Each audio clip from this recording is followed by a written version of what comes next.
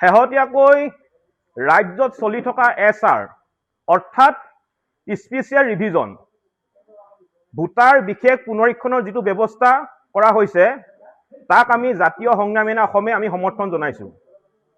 আমাৰ স্পষ্ট কথা, আমাক এখন অবৈধ সন্দেহযুক্ত নাগৰিক মুক্ত বাংলাদেশী মিয়া মুক্ত আমাৰ ভোটাৰ তালিকা লাগে।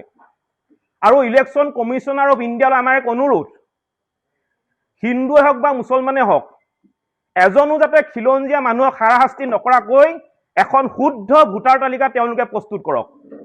আৰু নিৰ্বাচন আহি আছে, নিৰ্বাচন অহাৰ আগতেই এখন শুদ্ধ ভোটাৰ তালিকা আমাক লাগিব, যিখন ভোটাৰ তালিকাত কেতিয়াও কোনো অবৈধ সন্দেহযুক্ত নাগৰিকৰ নাম বা বাংলাদেশী মিয়াৰ নাম এটাও নাম সোমাব নোৱাৰিব। এখন শুদ্ধ ভোটাৰ তালিকা আমাক নিৰ্বাচনৰ আগত লাগিব। সেই কথাটো আজি আমি সংবাদমেলৰ জৰিয়তে স্পষ্ট কৰি দিছো।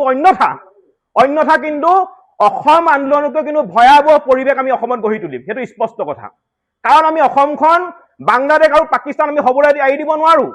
আজিৰ তাৰিখত যদি আমি অবৈধ সন্দেহযুক্ত নাগৰিক বাংলাদেশী মিয়াৰ যদি আমি আগ্ৰাসন ৰোধ কৰিব নোৱাৰো, আজিৰ তাৰিখত যদি আমি ভোটাৰ তালিকাৰ পৰা বাংলাদেশী মিয়াৰ নাম কৰ্তন কৰিব নোৱাৰো, তেতিয়াহ'লে জাতিটোৰ কিন্তু ভৱিষ্যত একেবাৰে অন্ধকাৰ।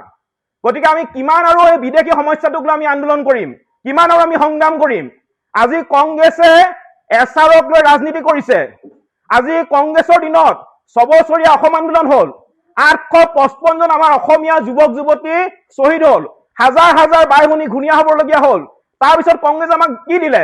কংগ্ৰেছে কেৱল মাত্ৰ বিশ্বাসঘাতক আৰু প্ৰতাৰণাৰ বাহিৰে কিন্তু কংগ্ৰেছে একো দিয়া নাই। কংগ্ৰেছে কেৱল মাত্ৰ বিশ্বাসঘাতক কৰিলে, কংগ্ৰেছে অসমৰ ৰাইজক কেৱল মাত্ৰ প্ৰতাৰণা কৰিলে।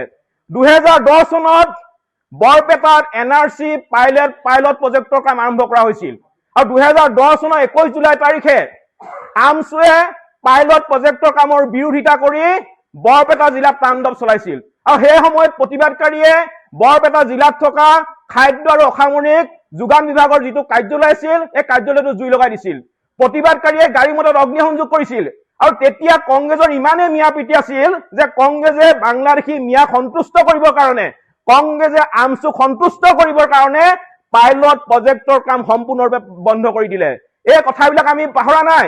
আজি কংগ্ৰেছৰ কাৰণে, কংগ্ৰেছৰ দিনতে লাখ লাখ অবৈধ সন্দেহযুক্ত নাগৰিকক কিন্তু অসমত সংস্থাপিত কৰা হ'ল।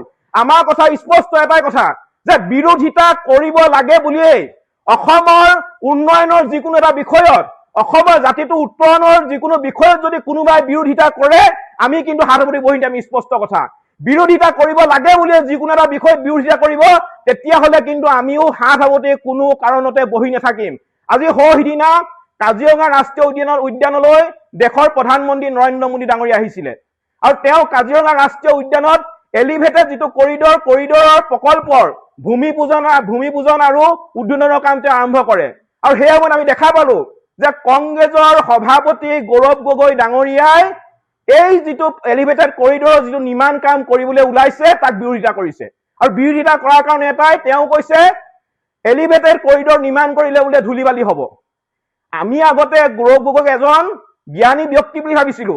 এতিয়া গৌৰৱ গগৈৰ কৰ্মকাণ্ড বিলাকৰ পৰা, গৌৰৱ গগৈৰ কথা বতৰাৰ পৰা এটা কথা স্পষ্ট হৈ গৈছে যে গৌৰৱ গগৈৰ জ্ঞান কিন্তু চকুৰ আলিতকৈ কম। গৌৰৱ গগৈৰ জ্ঞান কিন্তু চকুৰ আলিতকৈ কম। গতিকে আমাৰ কথা স্পষ্ট যে অসমীয়া জাতিৰ উন্নয়নৰ, অসমীয়া জাতিৰ উত্তৰণৰ যিকোনো বিষয়ত, অসমীয়া জাতীয় বিষয়সমূহত, অসমৰ উন্নয়নৰ বিষয়সমূহত যদি কোনোবাই ৰাজনীতি কৰিবলৈ হয়, কোনোবাই যদি বিধি পথালি দিবলৈ হয়, আমিও কিন্তু হাত সাৱটি কোনো কাৰণতে জাতীয় সংগ্ৰামী অসম বহি নাথাকে, এইটো কথা স্পষ্ট।